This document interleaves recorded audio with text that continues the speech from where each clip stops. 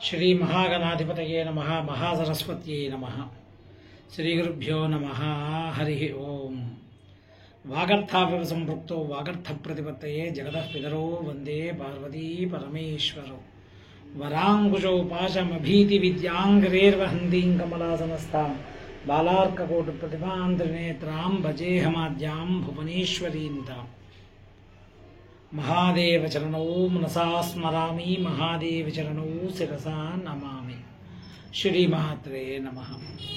విశ్వావసు నామ సంవత్సరంలో వృషభ రాశి వారికి ఎలా ఉంటుంది, వృషభ రాశి వారు ఏ ఫలితాలు పాటించాలి, వాళ్ళు ఏమి చేస్తే వారికి విశేషంగా ఉంటుందని చూసే ప్రయత్నం చేద్దాం. వృషభ రాశి వారు కృత్తికా నక్షత్రం 2, 3, 4 పాదాలు, రోహిణి నక్షత్రం 1, 2, 3, 4 పాదాలు, అలాగే మృగశిర 1, 2 పాదాలు మనకు వృషభ రాశిలో ఉంటుంది. ఇక ఈ వృషభ రాశి వారి యొక్క వివరాలు చూస్తుంటే కనుక ఈ సంవత్సరము ఆదాయం 11, వ్యయం 5, రాజపూజ్యం 1, అవమానం 3. ఈ సంవత్సరం బాగున్నటువంటి రాశుల్లో కనుక చూస్తే అధిక శాతం వారికి వృషభ రాశి వారికి ఈ సంవత్సరం యోగంగా బాగా అనేక విషయాల్లో యోగంగా కనిపిస్తుంది.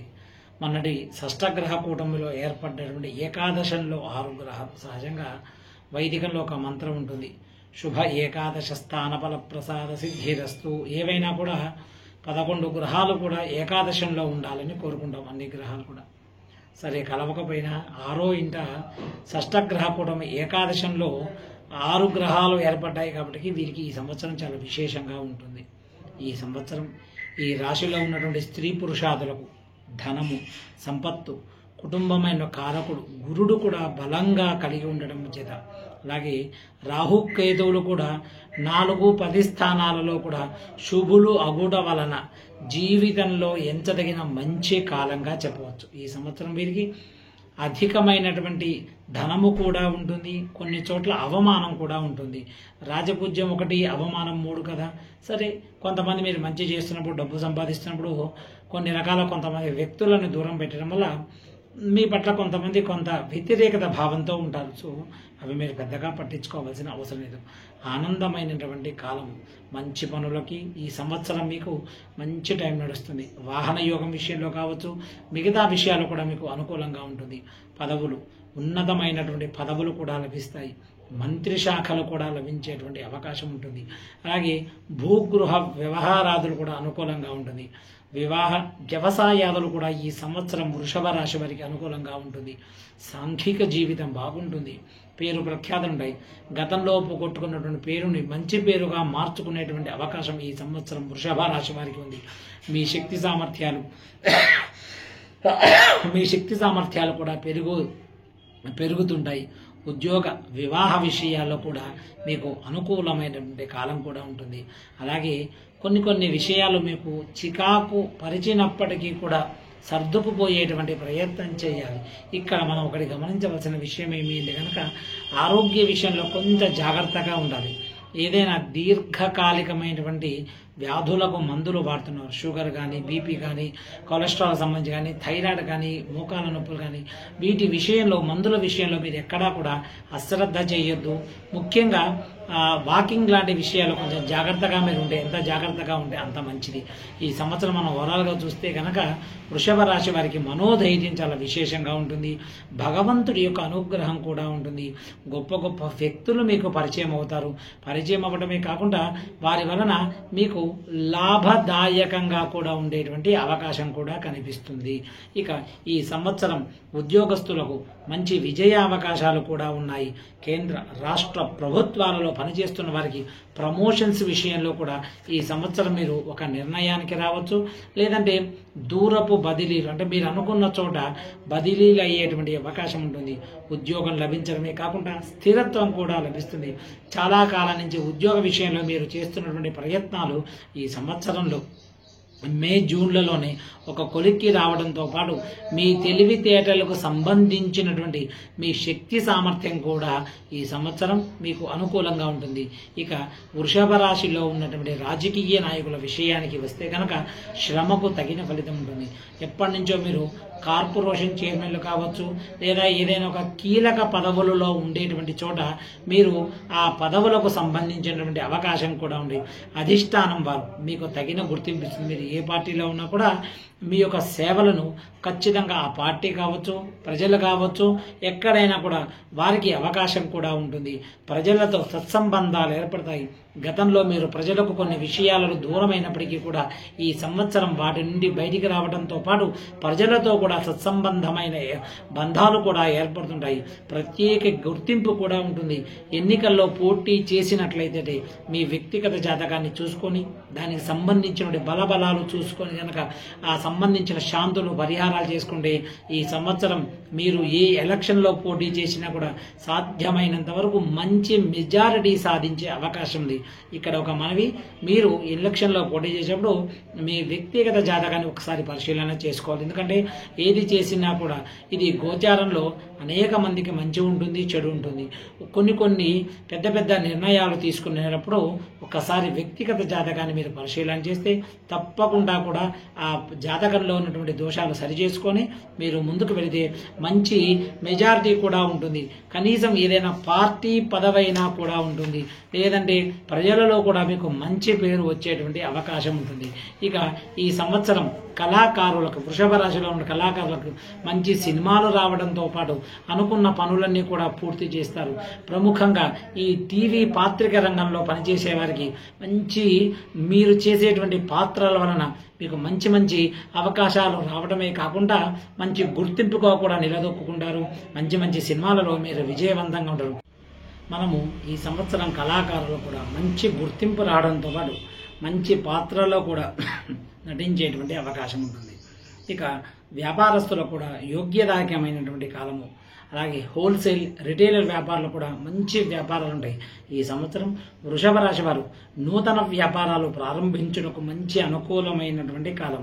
కాకపోతే ఇక్కడ మీరు ఏ వ్యాపారం ప్రారంభం చేస్తున్నారో అది మీ జాతకానికి సరిపోతుందా లేదా ఒక్కసారి చెక్ చేసుకొని, పంచమాధిపతి ఎక్కడున్నాడు, అలాగే చతుర్థాధిపతి మీకు గోచారంలో కాకుండా లగ్న స్థానంలో ఎక్కడ ఉన్నాడు అన్న విషయాన్ని కనుక మీరు ఒక్కసారి పరిశీలన చేసుకొని కనుక మీరు వ్యాపారం చేస్తే చాలా బ్రహ్మాండంగా ఉంటుంది. బంగారం, వెండి వ్యాపారాల వరకు కూడా కొంత మొదట్లో ఇబ్బందికర వాతావరణం కూడా రాను రాను కూడా అవి క్రమక్రమే కూడా పెరుగుతుంటాయి. ఇన్కమ్ ట్యాక్స్ విషయాల్లో కూడా కొంచెం జాగ్రత్తగా ఉండాలి.